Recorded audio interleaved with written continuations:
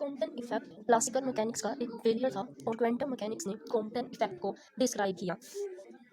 AH Compton एक scientist थे जिन्होंने क्वांटम इफेक्ट की स्टडी की। अकॉर्डिंग टू क्वांटम इफेक्ट इसमें हम क्या लेते हैं, एक मोनोक्रोमैटिक बीम होती है। मोनोक्रोमैटिक बीम का मतलब है कि जो हमारे पास लाइट की जो लाइट आ रही है उसकी जो वन वेवलेंथ की है वो मल्टी वेवलेंथ नहीं है, सिर्फ वन वेवलेंथ है। जैसे लेजर लाइट होती है उसमें सिर्फ एक वेवलेंथ होती है, जैसे रेड कलर की, ग्रीन कलर की। उसी तरह ये भी मोनोक्रोमैटिक की सोर्स है जिसकी जो वेवलेंथ है वो फिक्स्ड है। ये जो बहुत हाई फ्रीक्वेंसी के साथ आ रही है, हाई फ्रीक्वेंसी, ये हाई फ्रीक्वेंसी के साथ इंसिडेंट करेगी एक एटम के ऊपर। और जो ये एटम होएगा इसका जो एटॉमिक नंबर है वो हमें ऐसा मटेरियल लेना है या फिर ऐसा एटम लेना है जिसका जो एटॉमिक नंबर है वो लेस हो, मतलब कि स्मॉलर हो। जैसे हम कार्बन बोल सकते हैं, जो कार्बन का एटॉमिक नंबर है वो 6 है, मतलब कि 10 से छोटा है। ठीक है, जब हाई फ्रीक्वेंसी की रेडिएशन जो क्या है एच न्यू, ये एनर्जी है इस वेव की, एच न्यू वेव की, एच न्यू एनर्जी की, जो कोई भी वेव जो किसी भी एटम के ऊपर कोलाइड करेगी, इंसिडेंट करेगी, तो ये जो लाइट है दो कंपोनेंट के अंदर डिवाइड हो जाएगी। ये लाइट आ रही है, ये एटम के साथ क्या करेगी, कोलाइड करेगी, तो ये दो पार्ट के अंदर डिवाइड हो जाएगी। इसी इफेक्ट को हम क्वांटम इफेक्ट बोलते हैं। इस टाइम पे जो फ्रीक्वेंसी थी वो हाई थी, फ्रीक्वेंसी हाई थी, बट कोलिजन के बाद जो हमें नई वेव मिलेगी उसकी जो फ्रीक्वेंसी होगी वो लो होगी और ये हमें रिकॉइल इलेक्ट्रॉन मिलेगा। ठीक है, रिकॉइल इलेक्ट्रॉन, जो ये फोटोन है क्या कर जाएगा, रिकॉइल कर जाएगा। अगर इसकी फ्रीक्वेंसी हाई है मतलब कि जो इसकी वेवलेंथ है वो लो है और इसकी जो वेवलेंथ है वो हाई है। ठीक है, तो यही है कि हम क्या लेंगे, एक हाई फ्रीक्वेंसी की रेडिएशन लेंगे, उसको एक ऐसे एलिमेंट के ऊपर कोलाइड करवाएंगे जिसका एटॉमिक नंबर स्मॉलर है। हम कार्बन का एग्जांपल ले सकते हैं। उस टाइम पे जो ये लाइट है ये दो पार्ट के अंदर डिवाइड होगी, दो कंपोनेंट के अंदर डिवाइड होगी, टू कंपोनेंट के अंदर डिवाइड होगी। जिसका एक कंपोनेंट होगा उसकी जो फ्रीक्वेंसी है वो सेम फ्रीक्वेंसी का होगा, सेम फ्रीक्वेंसी और वेवलेंथ होगी, wavelength of incident light. Incident light की तरह उसकी जो वेव और फ्रीक्वेंसी है वो सेम होगी। और जो हमें अदर कंपोनेंट मिलेगा, अदर कंपोनेंट होगा जो रेडिएशन का, उसकी जो वेवलेंथ है वो हमें लोअर मिलेगी और जो फ्रीक्वेंसी है वो हायर मिलेगी। ठीक है, और जो अब हम इसके एग्जांपल लेके चलते हैं। जैसे मैंने इसका एग्जांपल दिया कि जो एटम है उसका जो एटॉमिक नंबर है वो लोअर होना चाहिए, जैसे कार्बन। और हाई फ्रीक्वेंसी की जो रेडिएशन हैं ये है एक्स रे, गामा रे, ये क्या है, हाई रेडिएशन, हाई फ्रीक्वेंसी की रेडिएशन है। इन रेडिएशन को हम इस एटॉमिक नंबर वाले एटम के ऊपर कोलाइड करवाएंगे तो हमें ये इफेक्ट देखने को मिलेगा। और इसी इफेक्ट को हम क्या बोलते हैं, कॉम्पटन इफेक्ट बोलते हैं। इसको थोड़ा ब्रीफली और एक्सप्लेन कर देती हूँ कि मॉडिफाई और अनमॉडिफाइड रेडिएशन क्या होती है। मॉडिफाइड रेडिएशन वो वाली रेडिएशन है जिसमें वेवलेंथ, मतलब कि पहले फ्रीक्वेंसी क्या थी, हायर थी, फ्रीक्वेंसी बाद में क्या होगी, लोअर, मतलब कि मॉडिफिकेशन होगी रेडिएशन के अंदर। तो जो ये वाला पार्ट है ये मॉडिफाइड रेडिएशन है। और जब फ्रीक्वेंसी आफ्टर कोलिजन और बिफोर कोलिजन सेम है, वेवलेंथ भी सेम है, तो इसको हम बोलेंगे अनमोडिफाइड पार्ट, अनमोडिफाइड रेडिएशन। और यही हमारा क्या है, कॉम्पटन इफेक्ट है। अब हम ये देखेंगे कि जो क्लासिकल मैकेनिक्स थी, why classical mechanics is fail to explain the Compton effect. Compton effect को क्यों क्लासिकल मैकेनिक्स एक्सप्लेन नहीं कर पाई थी उसके बारे में हम स्टडी करेंगे। क्लासिकल मैकेनिक्स इसको एक्सप्लेन करने में फेल इसीलिए हो गई थी क्योंकि क्लासिकल मैकेनिक कंसीडर कर रही थी कि जो इंसिडेंट इलेक्ट्रोमैग्नेटिक रेडिएशन जो हम इंसिडेंट कर रहे हैं ये क्या है, हाई फ्रीक्वेंसी की रेडिएशन है, हाई फ्रीक्वेंसी की इलेक्ट्रोमैग्नेटिक रेडिएशन जो हम क्या कर रहे हैं, ये एटम के ऊपर इंसिडेंट करवा रहे हैं। इस इलेक्ट्रोमैग्नेटिक रेडिएशन की क्या है, ऑन फील्ड, कैसी फील्ड, इलेक्ट्रिकल फील्ड है। अब इलेक्ट्रिकल फील्ड है, इलेक्ट्रिकल फील्ड में खुद की फ्रीक्वेंसी होगी। और जब ये इलेक्ट्रोमैग्नेटिक रेडिएशन इस पार्टिकल के साथ इंटरेक्ट करेगी तो जो ये पार्टिकल है इस फील्ड की जो फ्रीक्वेंसी है उसके अंदर ऑसिलेट करना स्टार्ट कर देगा। और रिजल्ट ये निकला कि आफ्टर कोलिजन और बिफोर कोलिजन फ्रीक्वेंसी और वेवलेंथ सेम रहेगी, क्योंकि वो इस रेडिएशन की जो इलेक्ट्रोमैग्नेटिक फील्ड है ये पार्टिकल उसी में ऑसिलेट करेगा। उसमें अगर ऑसिलेट करेगा तो इसकी जो उसके वेवलेंथ और फ्रीक्वेंसी के ऊपर कोई भी इफेक्ट नहीं पड़ेगा, क्योंकि दोनों की फ्रीक्वेंसी सेम है, तभी वो क्या कर रहा है, उसमें ऑसिलेट कर रहा है। और ये कॉन्ट्राडिक्ट कर रही थी, कॉन्ट्राडिक्शन विद क्वांटम मैकेनिक्स। और यही क्या इसका फेलियर है, बट क्वांटम मैकेनिक्स ने इस चीज़ को एक्सप्लेन कर दिया था, इसीलिए हम उसको क्या लेके चलते हैं, पॉजिटिव पॉइंट लेके चलते हैं। अब हम पढ़ेंगे explanation of quantum effect bye quantum mechanics. जब हमने हाई फ्रीक्वेंसी रेडिएशन को क्या किया, किसी पार्टिकल के ऊपर फॉल करवाया, तो हमें वहाँ पे दो तरह की रेडिएशन मिली, मॉडिफाई और अनमॉडिफाई। जो मॉडिफाई रेडिएशन हमें क्वांटम स्कैटरिंग में मिल रही थी, उसको जो एक्सप्लेन किया वो क्वांटम मैकेनिक्स ने किया। अकॉर्डिंग टू हिम, उनके अकॉर्डिंग जो ये स्कैटरिंग की प्रोसेस थी, इसमें फोटोन के बीच में और इंसिडेंट रेडिएशन के बीच में क्या हो रहा है, एक इलास्टिक कोलिजन हो रहा है। अब कोलिजन दो तरह के होते हैं, एक इलास्टिक कोलिजन होगा और एक इन इलास्टिक कोलिजन होता है। अगर फोटोन के बीच में और इंसिडेंट रेडिएशन के बीच में जो कोलिजन हो रहा है वो इन इलास्टिक हो रहा है, तो इसका मतलब कि जो एनर्जी है उसका एक्सचेंज नहीं हो रहा, एनर्जी ट्रांसफर नहीं हो रही, ये बोल सकते हैं। बट जब कोलिजन इन इलास्टिक होगा फोटोन के बीच में और इंसिडेंट रेडिएशन के बीच में, तो यहाँ पे एनर्जी का एक्सचेंज होगा, एनर्जी का एक्सचेंज होगा फोटोन टू इंसिडेंट रेडिएशन। अब हमारा कोलिजन इलास्टिक है, मतलब कि एनर्जी का कोई ट्रांसफर नहीं हो रहा। ये बोल सकते हैं कि जो हमारी एनर्जी है वो कंजर्व्ड रहेगी। अब हमें ये पता होना चाहिए कि इलेक्ट्रॉन को हम फ्री कब बोल सकते हैं, फ्री एट रेस्ट, कि पार्टिकल जो इलेक्ट्रॉन है वो रेस्ट पे है। अब यहाँ पे हम ये तो है नहीं कि जो पार्टिकल है उसको भी मूव कराएंगे और जो इंसिडेंट रेडिएशन है उसको भी मूव कराएंगे। हमें किसी एक को क्या कंसीडर करना पड़ेगा कि वो रेस्ट पे है, तो हम ये कंसीडर करेंगे कि जो हम पार्टिकल ले रहे हैं जिसके ऊपर इंसिडेंट लाइट आकर स्कैटर करेगी वो क्या है, एट रेस्ट है। तो उसके लिए कंडीशन क्या है कि इलेक्ट्रॉन फ्री है और रेस्ट पे है, उसके लिए कंडीशन ये है कि जो हमारी इंसिडेंट रेडिएशन है ना,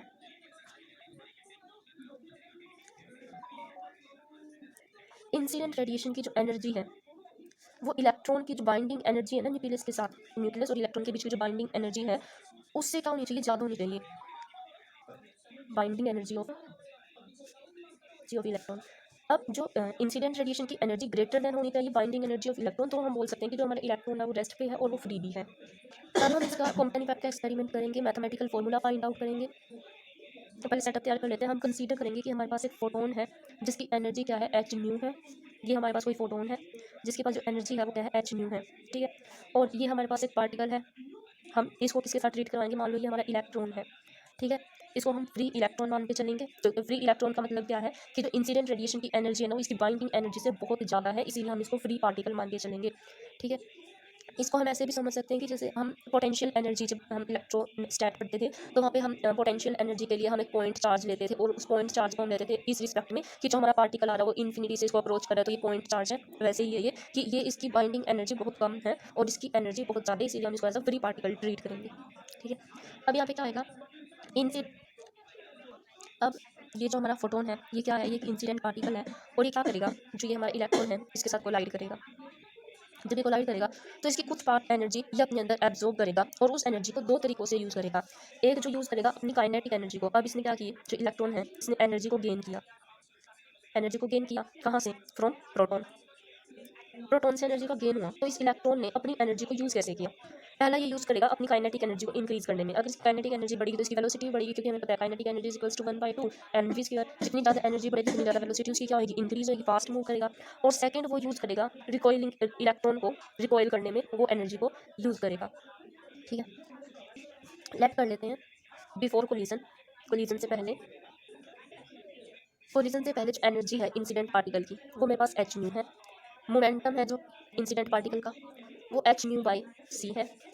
जो हमारा पार्टिकल था वो रेस्ट था तो जो उसका रेस्ट मास होएगा, जो वो मूव नहीं कर पाएगा तो वो एम नोट होएगा, ठीक है। और इलेक्ट्रॉन तो रेस्ट पे ही था कोलिजन से पहले, तो जो मोमेंटम है इलेक्ट्रॉन का वो क्या होएगा, जीरो, ठीक है। ये इंसिडेंट फोटोन का है, ठीक है।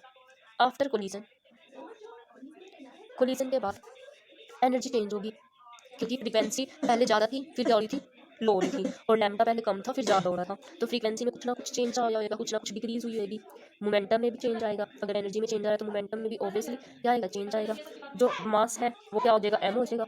इलेक्ट्रॉन का जो मास है वो हम कंसीडर कर लेंगे एम, और आफ्टर कोलिजन इलेक्ट्रॉन के अंदर भी कुछ ना कुछ मोमेंटम आ जाएगा, ठीक है, वो हो जाएगा एम भी, मोमेंटम ऑफ इलेक्ट्रॉन, ठीक है।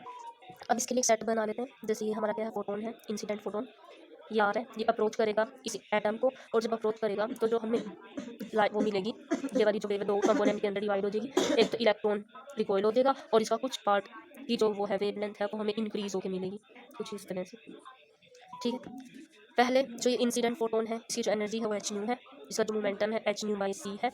ये इलेक्ट्रॉन है, इसका मास कोलिजन से पहले एम नोट है, और जब ये मूव करेगा, जब ये इलेक्ट्रॉन इस साइड मूव करेगा वी वेलोसिटी के साथ, तो इसके पास मोमेंटम आएगा एम वी और इसका मास हो जाएगा एम।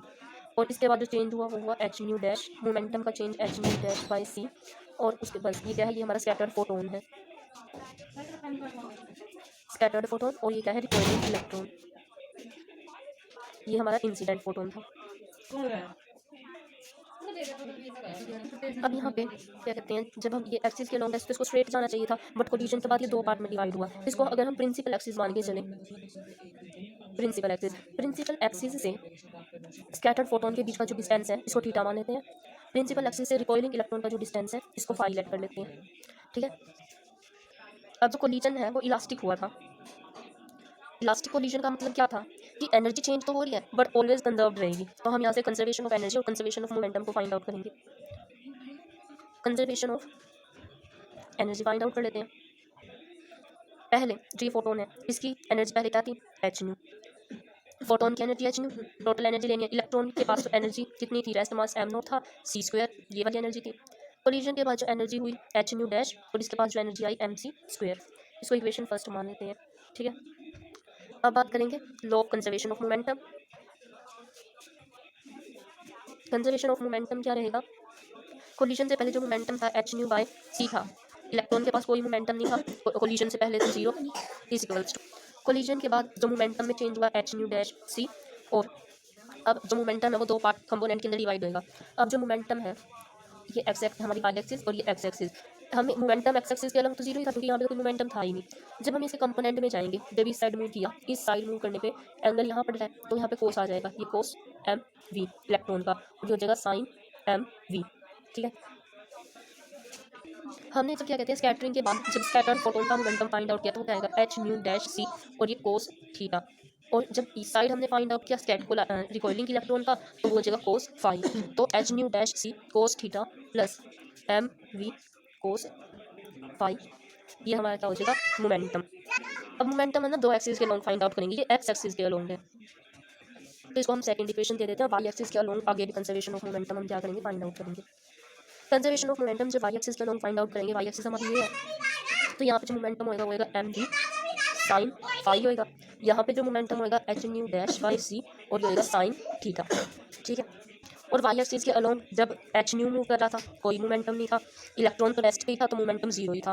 तो यहाँ पे वाई एक्सिस के अलोंग जो टोटल मोमेंटम है फोटोन का भी और इलेक्ट्रॉन का वो तो जीरो हो जाएगा, बट रिकॉइलिंग के बाद स्कैटरिंग होने के बाद हमारे पास ये वाला मोमेंटम एडिशन में मिलेगा, और ये दोनों एडिशन में मिलेगा, जीरो वाली इक्वेशन मिलेगी कुछ इस तरह से। ये आ जाएगी zero is equals to H nu dash by C, ये आ जाएगा sine theta plus M V sine phi. ये इलेक्ट्रॉन की वजह से मोमेंटम है वाई एक्सिस के अलोंग, इसको मैं थर्ड इक्वेशन लेट कर लेती हूँ। और जो ये वाला है फोटोन का मोमेंटम वाई एक्सिस के अलोंग, ठीक है। जो ये वाली टर्म है conservation of momentum x axis के अलोंग, यहाँ से सी कैंसिल आउट कर दो। इस इक्वेशन को थोड़ा ना ऊपर के अरेंज करके लिखेंगे कि हम इसका रिलेशन फाइंड आउट कर सके जो पीछे हमने इक्वेशन फाइंड आउट किया। तो H nu minus H nu dash ऐसे होगा, H nu minus H nu dash is equals to M V cos five, और इसके साथ हमारा आएगा कोस थीटा, और ये इक्वल्स में आ जाएगा। ऐसे ये वाली इक्वेशन आएगी। अब हम क्या करेंगे, यहाँ से हमारे पास क्या है एम वी साइन फाई है और यहाँ पे एम वी कोस फाई है, दोनों साइड स्क्वायर कर दें, इस इक्वेशन का भी स्क्वायर और इसका भी स्क्वायर, तो ये आ जाएगी हमारे पास। जब भी हम इसका स्क्वायर करेंगे तो ये आएगी H nu minus H nu dash cos theta का square is equals to M square V square cos square phi, और इसका करेंगे तो ये आएगी जीरो इज इक्वल्स टू, ये वाली इक्वेशन हमारे पास कुछ इस तरह से है H nu dash sine theta minus M V C sine phi, square करेंगे एच स्क्वायर न्यू डैश का square sine square theta minus M square B square C square sine square phi. Fourth और fifth equation को compare करेंगे तो हम इसको लिख सकते हैं M square B square C square sine square phi is equals to H square nu dash का स्क्वायर साइन स्क्वायर थीटा। ये हमारी सिक्स्थ इक्वेशन होगी। हम फोर्थ और सिक्स्थ को ऐड कर देंगे, add fourth and sixth equation, तो हमें मिलेगी M square V square C square. यहाँ से जब एडिशन करेंगे तो sine square theta sine square phi plus को square phi is equals to one होता है। तो ये वाली इक्वेशन यहाँ यूज़ करेंगे तो M square B square C square as it is आ जाएगा, और यहाँ से हमारे पास आएगी एच स्क्वायर न्यू डैश का square sine square theta. Add करना है तो इस इक्वेशन को ऐड करना था और ये वाली इक्वेशन को ऐड करना था, तो आ जाएगा H nu minus H nu dash cos theta का स्क्वायर, स्क्वायर रूट स्क्वायर को लेंगे तो याद आएगा एच स्क्वायर न्यू डैश का square sine square theta plus H square nu square plus H square nu dash का square cos square theta minus 2h nu dash cos theta, ठीक है। Sine square theta cos square theta 1 हो जाएगा। H square nu dash का square plus H square nu dash का square minus 2 H square nu dash cos theta, और ये आ जाएगा एम स्क्वायर बी स्क्वायर और सी स्क्वायर के इक्वल, ठीक है। जो ये इक्वेशन है ये रिप्रेजेंट कर रही है resultant momentum along X axis and Y axis. ये आ गया हमारा मोमेंटम। एनर्जी वाली जो हमारी इक्वेशन थी वो हमने ये लिखी थी H nu plus M naught C square is equals to H nu dash plus M C square. ये वाली इक्वेशन हमने लिखी थी। यहाँ से एम सी स्क्वायर अगर निकाल लो एम सी स्क्वायर ये आ जाएगा H nu minus nu dash plus M naught C square. M C square कुछ रिलेशन बन रहा है, यहाँ पे भी है एम स्क्वायर सी स्क्वायर है और यहाँ पे एम सी स्क्वायर है। अगर इसको क्या कर दूँ स्क्वायर कर दूँ, स्क्वायर बोथ साइड, ये हो जाएगा एम स्क्वायर सी की power 4 is equals to H square plus nu dash का स्क्वायर माइनस 2 न्यू डैश और प्लस एम नोट का स्क्वायर और सी की पावर 4 आ जाएगी एम स्क्वायर सी 4, ये आ जाएगा एच स्क्वायर न्यू डैश का square minus H square nu dash plus M naught square और सी की पावर 4। ये हमारी इक्वेशन आ गई एम स्क्वायर और सी 4। और जो हमारी ये वाली इक्वेशन है यहाँ पे हमें एम स्क्वायर और सी स्क्वायर चाहिए, तो हम यहाँ से क्या करेंगे एम स्क्वायर और सी स्क्वायर को अलग कर लेंगे। हम ये करते हैं इस बी स्क्वायर को डिवाइड कर देते हैं। अब हम क्या करेंगे, जो हमारी ये वाली इक्वेशन है और ये मोमेंटम वाली जो इक्वेशन आई है दोनों को सब्ट्रैक्ट करेंगे। सब्ट्रैक्ट करने के बाद जो हमें रिजल्ट मिलेगा वो मिलेगा M square V square C square minus M square C 4 is equals to H square nu dash का square plus H square nu का square minus 2 H square nu dash cos theta. Minus कर देंगे ये वाली equation भी H square minus H square nu dash का square minus 2 H square nu dash plus M naught square C की power 4। ये हमने क्या किया माइनस करने की, तो ये भी आ जाएगा माइनस आ जाएगा और ये भी minus 2h nu M naught C square और ये आ जाएगा minus 2h nu dash M naught C square